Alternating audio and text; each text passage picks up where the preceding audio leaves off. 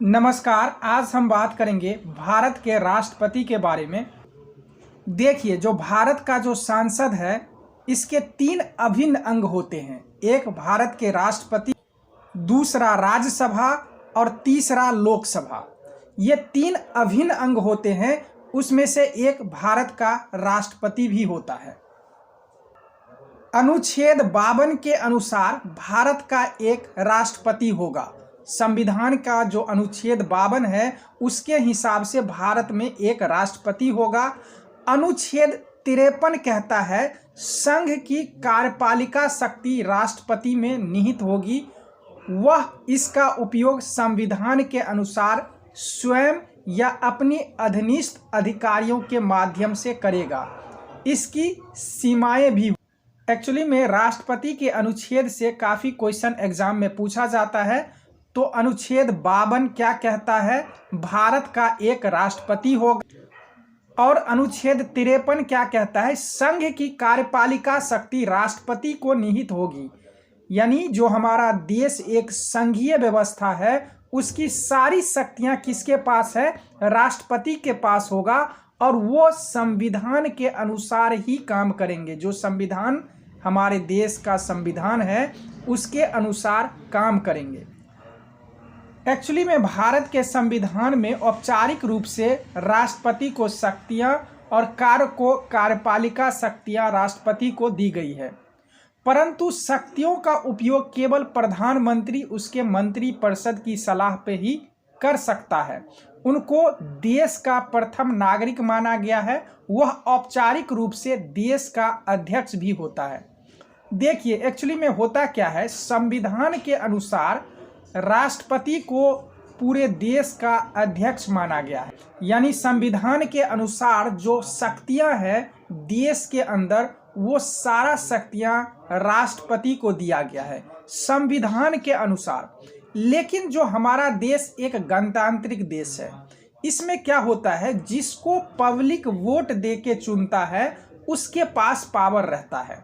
हमेशा कहीं भी लोकतंत्र में क्या होता है कि जिसको पब्लिक डायरेक्ट वोटिंग करके चुनता है उसके पास शक्तियां होती है।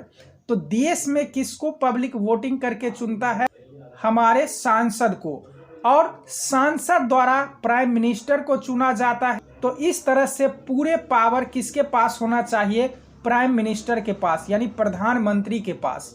तो इसी तरह हमारे देश में जो एक्चुअल में वास्तव में जो पावर होता है, वो प्रधानमंत्री को और उसके मंत्रिपरिषद के पास होता है। इन्हीं के सलाह पे राष्ट्रपति कोई काम करता है। मेन डिसीजन प्रधानमंत्री और उसके मंत्रिपरिषद के पास होता है। इन्हीं के सलाह से राष्ट्रपति कार्य करते हैं। भारत में राष्ट्रपति संसदीय प्रणाली के अंतर्गत नियुक्त होता है, जिसमें वह राष्ट्र के नाम मात्र के अध्यक्ष होता है। राष्ट्रपति नाम मात्र के अध्यक्ष होता है। केवल संविधान ने उसे अध्यक्ष का दर्जा दिया है, लेकिन वास्तव में पावर जो होता है प्रधानमंत्री और मंत्रिपरिषद के पास ही होता है। अब थोड़ा सा हम डिस्कस कर लेते हैं राष्ट्रपति और उपराष्ट्रपति की क्या योग्यताएं होती हैं। तो सबसे पहले एग्जाम में अनुच्छेद ही पूछ दिया जाता है कि राष्ट्रपति और उपराष्ट्रपति की योग्यता किस अनुच्छेद में आता है। तो अनुच्छेद 58 के अंतर्गत राष्ट्रपति और उपराष्ट्रपति की योग्यता संविधान में निम्नलिखित है। उसमें से पहला है वह भारत का नागरिक हो, उसकी उम्र 35 वर्ष का होना चाहिए,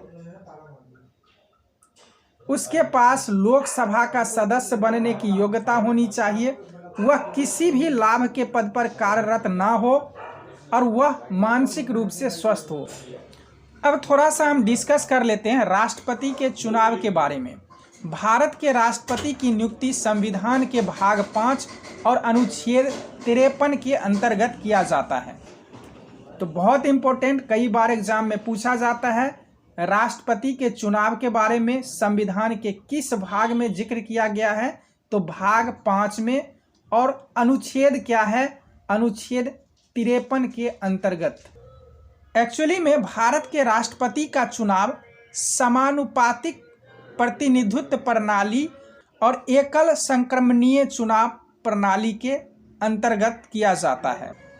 एक्चुअली में भारत के राष्ट्रपति का चुनाव प्रत्यक्ष रूप से जनता के द्वारा नहीं किया जाता है, जनता के द्वारा चुने गए प्रतिनिधि के द्वारा किया जाता है, जिसमें कि सभी राज्य के विधानसभा के सदस्य और राज्यसभा के सदस्य और लोकसभा के सदस्य सारे इस चुनाव में भाग लेते हैं, शामिल होते हैं, सबको मत देने का अधिकार होता है। तो राष्ट्रपति के चुनाव में कौन कौन भाग ले सकता है? राज्य के विधानसभा के सदस्य और लोकसभा के सदस्य और राज्यसभा के सदस्य शामिल होते हैं। अब राष्ट्रपति का कार्यकाल के बारे में थोड़ा सा डिस्कस कर लेते हैं। राष्ट्रपति का कार्यकाल जैसे कि आप जानते होंगे वो 5 साल का होता है, यानी 5 वर्ष का कार्यकाल होता है। वो एक कार्यकाल पूरा हो जाने के बाद वो दोबारा भी चुनाव लड़ सकते हैं। यदि पद पे रहते हुए किसी राष्ट्रपति का मृत्यु हो जाता है या वो त्याग पत्र दे देते हैं या उनको महाभियोग के द्वारा हटाया जाता है, तो इस स्थिति में 6 माह के अंदर अंदर नए राष्ट्रपति का चुनाव दोबारा कराना जरूरी होता है। अब ये जो दोबारा चुनाव होता है वो 5 वर्ष के लिए फिर से दोबारा चुनाव होता है। यानी अब जो नया चुनाव होगा, मान लो कोई राष्ट्रपति डेथ हो जाता है किसी राष्ट्रपति का, या वो त्याग पत्र दे देते हैं या उन्हें महाभियोग द्वारा हटा दिया जाता है, तो इस स्थिति में क्या होता है कि 6 महीने के अंदर अंदर इस पोस्ट को भरना बहुत ज़रूरी होता है और 6 महीने के अंदर अंदर भरा जाता है और ये 5 साल के लिए फिर से दोबारा चुने जाते हैं। अगर राष्ट्रपति का कार्यकाल समाप्त हो जाता है तो उसके उत्तराधिकारी यानी अगले राष्ट्रपति बनने तक जो पदभार संभालेगा, जो नया राष्ट्रपति बनेगा, तब तक वही राष्ट्रपति अपने पद पे रहता है जब तक कि नया राष्ट्रपति ना आ जाए। अब जब राष्ट्रपति का चुनाव हो जाता है, राष्ट्रपति जीत जाते हैं, तो उसके बाद इनको शपथ दिलाई जाती है। ये बहुत ही इम्पोर्टेंट है। राष्ट्रपति का शपथ ग्रहण कौन से अनुच्छेद के अंतर्गत आता है? तो अनुच्छेद 60 के अंतर्गत राष्ट्रपति का शपथ ग्रहण होता है। प्रत्येक राष्ट्रपति अपना पद ग्रहण करने से पहले देश के मुख्य न्यायमूर्ति या उनकी अनुपस्थिति में सुप्रीम कोर्ट के वरिष्ठ न्यायाधीश के समक्ष शपथ लेगा और उस पर हस्ताक्षर करेगा। तो ये एग्जाम में पूछा जाता है कि पहला कि राष्ट्रपति का शपथ ग्रहण कौन से अनुच्छेद के अंतर्गत आता है? तो अनुच्छेद 60 के अंतर्गत आता है। और राष्ट्रपति को शपथ कौन दिलाते हैं? तो सुप्रीम कोर्ट के चीफ जस्टिस यानी सुप्रीम कोर्ट के मुख्य न्यायाधीश। अगर मुख्य न्यायाधीश उपस्थित नहीं है, हो सकता है ऐसा कि उपस्थित नहीं हो, तो उस कंडीशन में क्या किया जाता है कि सुप्रीम कोर्ट के जो वरिष्ठ न्यायाधीश होते हैं उनके समक्ष वो राष्ट्रपति को शपथ दिलवाते हैं।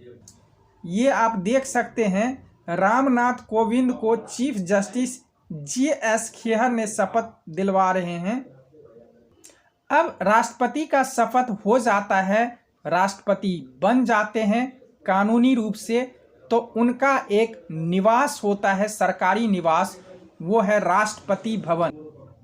ये बहुत ही बड़ा आवास है, यानी 340 कमरों वाला ये भवन है जिसमें राष्ट्रपति रहते हैं। माना जाता है कि ये दुनिया का सबसे बड़ा आवास है, भारत का राष्ट्रपति भवन। अब जब राष्ट्रपति बन जाते हैं तो उनके पास काफ़ी अधिकार हो जाता है, कई सारे उनको अधिकार दिया जाता है। पहला कि राष्ट्रपति तीनों सेना के अध्यक्ष होते हैं। जो हमारे देश के तीनों सेना है, नेवी, एयरफोर्स, आर्मी, उस तीनों सेना के अध्यक्ष होते हैं। उनको कुछ विशेष शक्तियां प्राप्त होती है। यदि कोई सरकार गैर संवैधानिक तरीके से काम कर रही है तो राष्ट्रपति के पास ही अधिकार है कि वह उसे बर्खास्त कर सके। उसको देश में आपातकाल लगाने का अधिकार प्राप्त है। राष्ट्रपति को औपचारिक रूप से संघ की कार्यपालिका की शक्ति प्राप्त है। तो ये सारे कई अधिकार है जो भारत के राष्ट्रपति के पास होता है। यानी देखा जाए कि जैसे कि शुरू में हमने डिस्कस किया कि संविधान के अनुसार जो वास्तविक शक्ति है वो राष्ट्रपति के पास ही निहित है। अब हम थोड़ा सा डिस्कस करेंगे राष्ट्रपति के अधिकार कौन कौन से होते हैं और किस अनुच्छेद के अंतर्गत होता है। एक्चुअली में भारत के राष्ट्रपति को जो अधिकार दिया गया है ये संवैधानिक अधिकार है, यानी संविधान में रह के ही ये कुछ कर सकते हैं। सबसे पहले अनुच्छेद 74। अनुच्छेद 74 के अंतर्गत राष्ट्रपति को सहायता और सलाह देने के लिए एक मंत्री परिषद होगी।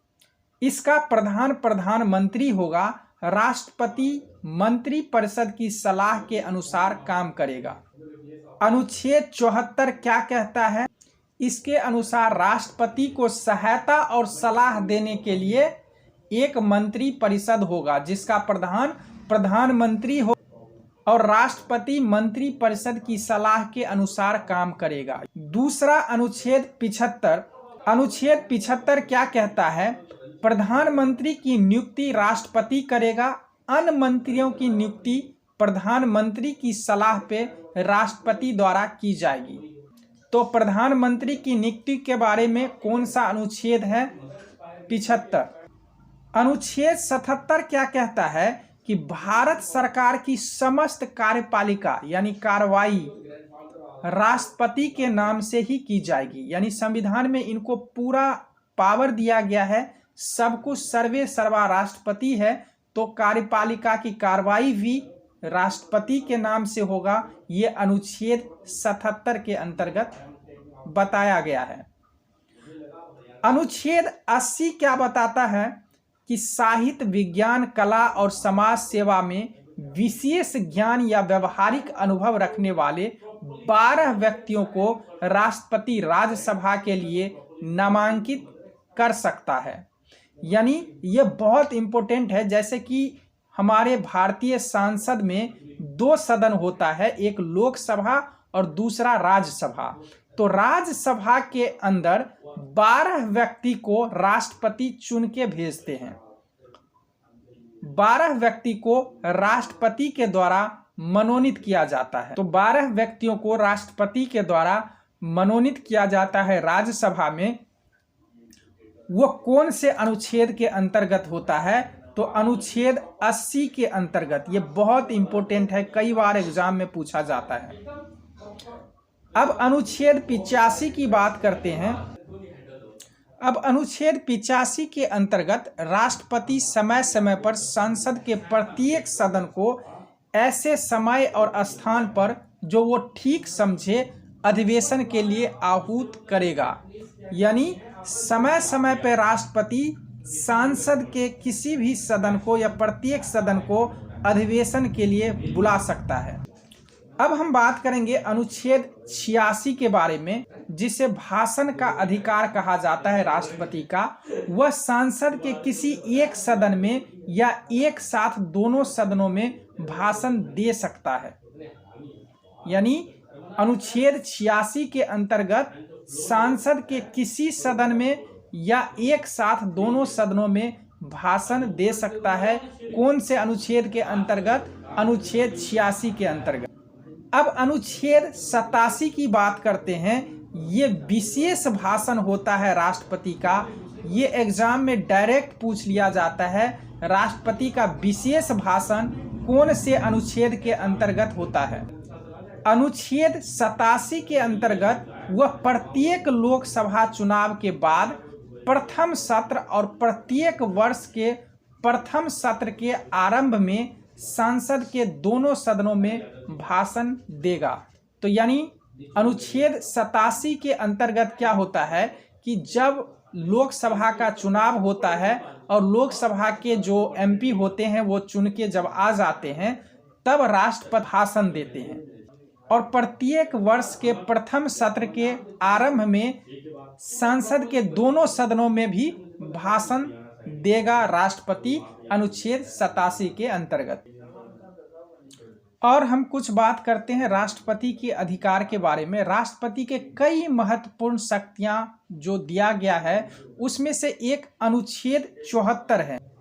अनुच्छेद 74 के अंतर्गत वह संसद के दोनों सदनों द्वारा पास किए गए बिल को अपनी सहमति देने से पहले रोक सकता है। वह किसी बिल यानी धन विधेयक को छोड़कर विचार करने के लिए सदन के पास दोबारा भेज सकता है।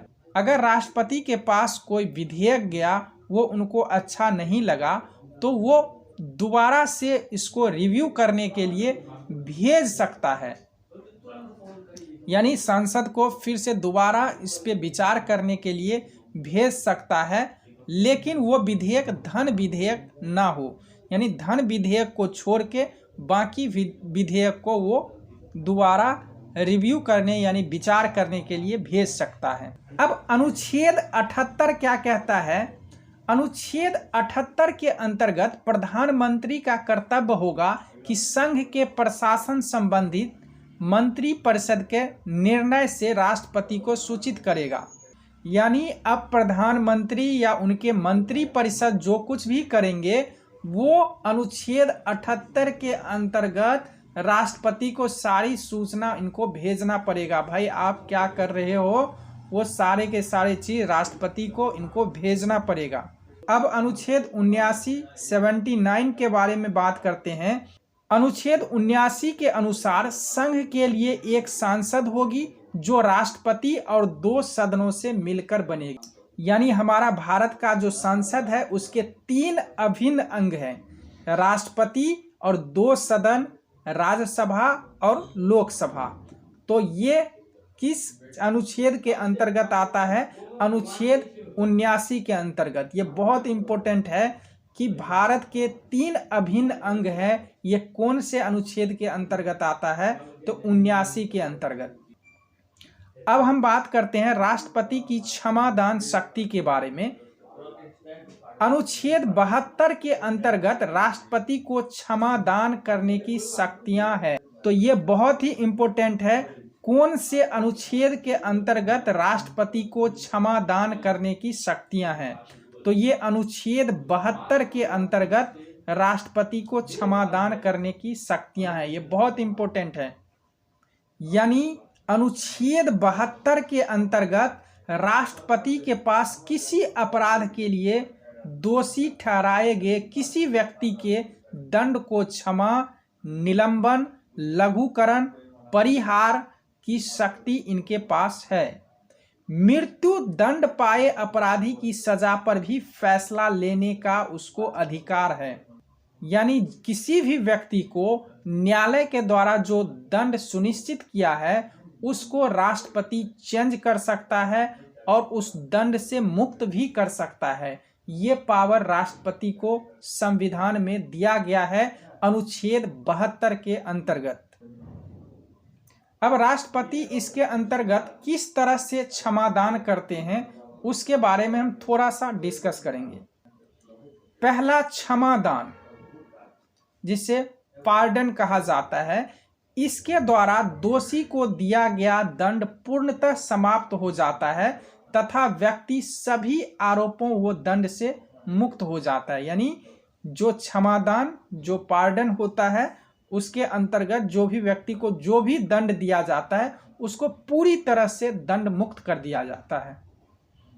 दूसरा लघुकरण, इसके द्वारा किसी व्यक्ति के दंड के स्वरूप में परिवर्तन किया जा सकता है। जैसे किसी व्यक्ति को मृत्यु दंड की सजा हो गई न्यायालय के द्वारा, तो राष्ट्रपति को पावर है कि वो मृत्यु दंड को आजीवन कारावास में परिवर्तित कर सके। अब हम बात करते हैं प्रविलंबन के बारे में। इसके द्वारा क्या होता है कि किसी दंड, विशेषकर मृत्यु दंड को अस्थायी रूप से टालना है। इसका प्रयोग दंड के अनुपालन में विलंब हेतु होता है। इसमें होता क्या है एक्चुअली में कि जब किसी व्यक्ति को मृत्यु दंड का सजा हो गया न्यायालय से, तो अब उनको मृत्यु दंड होगा। अगर राष्ट्रपति के पास ये इन्होंने अपील किया तो राष्ट्रपति को अगर देखेगा, अगर उनको अच्छा लगा तो वो अस्थायी रूप से इस दंड को टाल सकता है।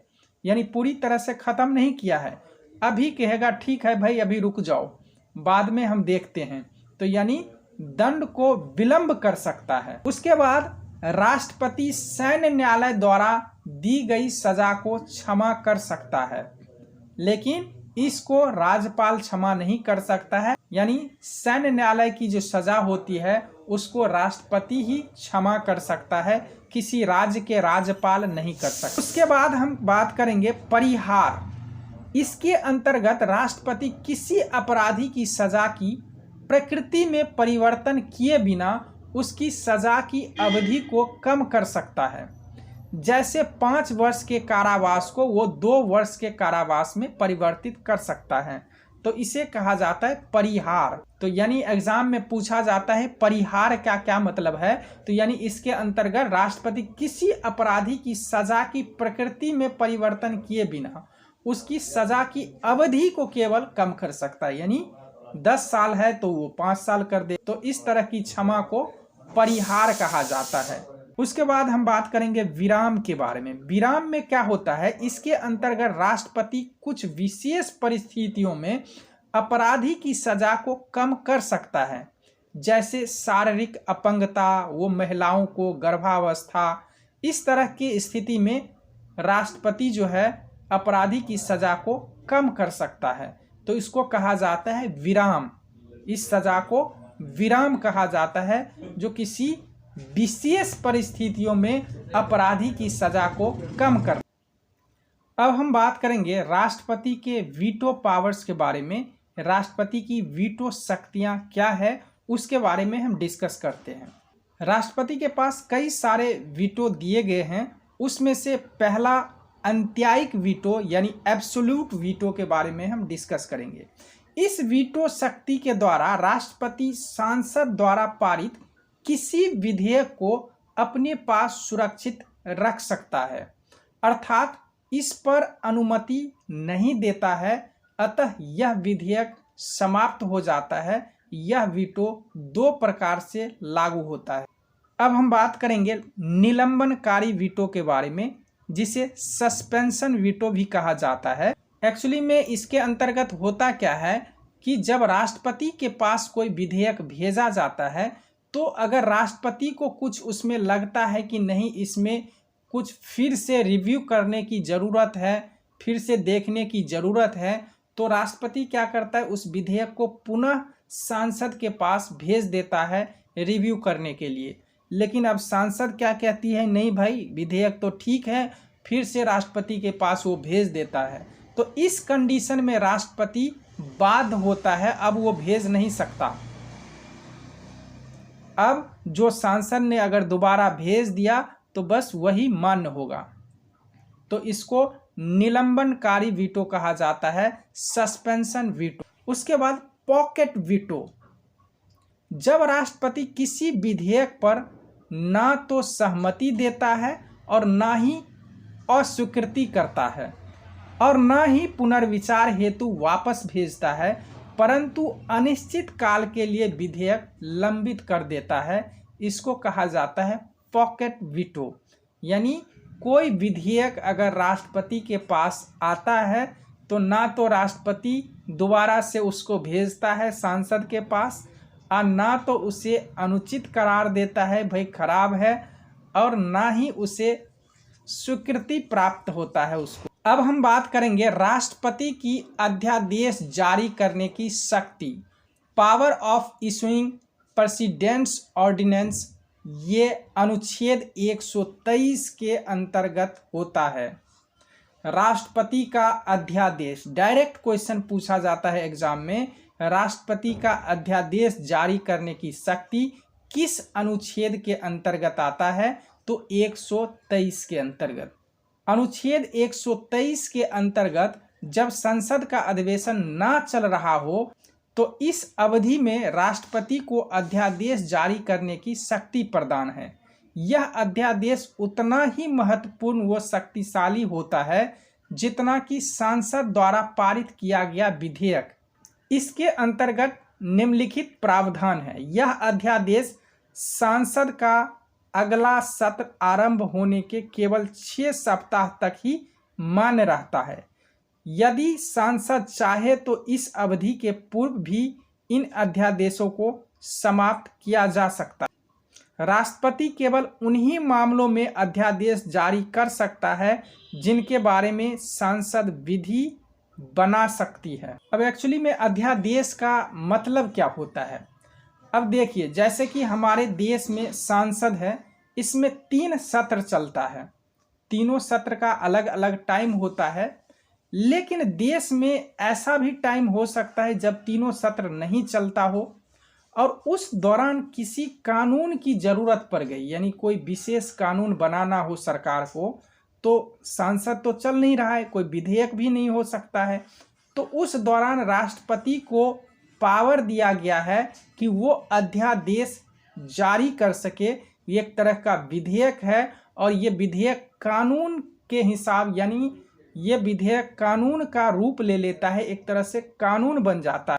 और यह अध्यादेश जो है संसद के अगले सत्र आरंभ होने के केवल 6 सप्ताह तक ही मान्य रहता है। यानी अब सांसद चालू हो गया तो फिर से आप अपना विधेयक बना लो। यदि संसद चाहे तो इस अवधि के पूर्व भी इन अध्यादेश को समाप्त कर सकता है। राष्ट्रपति केवल उन्हीं मामलों में अध्यादेश जारी कर सकता है जिनके बारे में संसद विधि बना सकता है, यानी उसी चीज के बारे में अध्यादेश जारी कर सकता है जिसके बारे में सांसद कानून बना सकता है। ऐसे चीज की नहीं कि बाद में विधेयक कोई कानून बना ही नहीं सकता है और राष्ट्रपति ने अध्यादेश जारी कर दिया। अब हम बात करेंगे राष्ट्रपति की विधायी शक्तियां, लेजिस्लेटिव पावर ऑफ प्रेसिडेंट। अनुच्छेद 79 के अनुसार राष्ट्रपति भारतीय संसद के अभिन्न अंग हैं, अतः इस रूप में उसे विधायिक शक्तियां प्राप्त है। राष्ट्रपति संसद के दोनों सदनों को आह्वान एवं सत्रवासन कर सकता है तथा लोकसभा को विघटित भी कर सकता है। प्रत्येक चुनाव के बाद तथा प्रत्येक वर्ष के प्रथम अधिवेशन को राष्ट्रपति संबोधित करता है। सांसद के दोनों सदनों की संयुक्त बैठक बुला सकता है। इसकी अध्यक्षता लोकसभा के अध्यक्ष के द्वारा की जाती है। ये बहुत इम्पोर्टेंट है कि सांसद के दोनों सदनों की संयुक्त बैठक जब बुलाया जाता है तो उसका अध्यक्षता कौन करते हैं? वो लोकसभा के अध्यक्ष करते हैं, जो अनुच्छेद 108 के अंतर्गत आता है। तो ये बहुत ही इम्पोर्टेंट है कि सांसद के दोनों सदनों की जब संयुक्त बैठक बुलाया जाता है तो इसकी अध्यक्षता कौन करते हैं? यानी जब राष्ट्रपति के द्वारा दोनों सदनों की संयुक्त बैठक बुलाई जाती है तो इसके अध्यक्षता कौन करते हैं? तो लोकसभा के अध्यक्ष करते हैं इसकी अध्यक्षता। कौन से अनुच्छेद के अंतर्गत? अनुच्छेद 108 के अंतर्गत ये संयुक्त बैठक बुलाई जाती है और अध्यक्षता लोकसभा के अध्यक्ष करते हैं। राष्ट्रपति राज्यसभा में 12 तथा लोकसभा में 2 एंग्लो इंडियन को मनोनीत करते हैं। अब हम बात करेंगे आपातकालीन शक्तियों के बारे में, जो राष्ट्रपति को ये शक्तियां प्रदान किया गया है। आपातकालीन शक्तियां, संविधान में 3 प्रकार के आपातकाल का वर्णन किया गया है। पहला अनुच्छेद 352 जिसे राष्ट्रीय आपातकाल कहा जाता है। दूसरा अनुच्छेद 356 जिसे राष्ट्रपति शासन भी कहा जाता है। जैसे कि आप सुनते होंगे किसी राज्य में राष्ट्रपति शासन लग गया, वो इन्हीं अनुच्छेद के अंतर्गत राष्ट्रपति के द्वारा लगाया जाता है, अनुच्छेद 356। तीसरा अनुच्छेद 360 यानी वित्तीय आपातकाल। ये कंपटीशन पॉइंट ऑफ व्यू से बहुत ही इम्पोर्टेंट है। ये अनुच्छेद डायरेक्ट एग्जाम में पूछा जाता है। जैसे कि अनुच्छेद 352 के अंतर्गत क्या होता है? तो राष्ट्रीय आपातकाल, यानी और ये भी इसका अपोजिट भी पूछ दिया जाता है, राष्ट्रीय आपातकाल कौन से अनुच्छेद के अंतर्गत आता है, या किसी राज्य में राष्ट्रपति शासन किस अनुच्छेद के अंतर्गत लगाया जाता है, या वित्तीय आपातकाल कौन से अनुच्छेद के अंतर्गत लगाया जाता है। तो हम इन सारे आपातकाल के बारे में थोड़ा सा शॉर्ट डिस्कस करते हैं। अनुच्छेद 352 जिसे राष्ट्रीय आपातकाल कहा जाता है, यह युद्ध, बाह्य आक्रमण और सशस्त्र विद्रोह के कारण आपातकाल लगाया जा सकता है। अनुच्छेद 352 के अंतर्गत राष्ट्रीय आपातकाल के नाम से जाना जाता है, किंतु संविधान में इस प्रकार के आपातकाल के लिए आपातकाल की घोषणा वाक्य का प्रयोग किया गया है। एक्चुअली में इस तरह के आपातकाल इंदिरा गांधी ने लगाया था 25 जून 1975 से 21 मार्च 1977 तक, यानी 21 महीनों तक राष्ट्रीय आपातकाल लागू हुआ था देश में, जो उस समय प्रधानमंत्री थी इंदिरा गांधी के द्वारा लगवाया गया था। और संवैधानिक रूप से किसने लगाया था? क्योंकि राष्ट्रपति लगा सकते हैं संवैधानिक रूप से, तो उस समय जो राष्ट्रपति थे जिनका नाम था फखरुद्दीन अली अहमद, उन्होंने कानूनी रूप से ये आपातकाल लगाए थे। एक्चुअली में इस आपातकाल में क्या होता है कि नागरिक के सारे अधिकार छीन लिया जाता है, यानी उसका कोई अधिकार नहीं बचता है। उस समय जो सरकार है वो कुछ भी कर सकती है।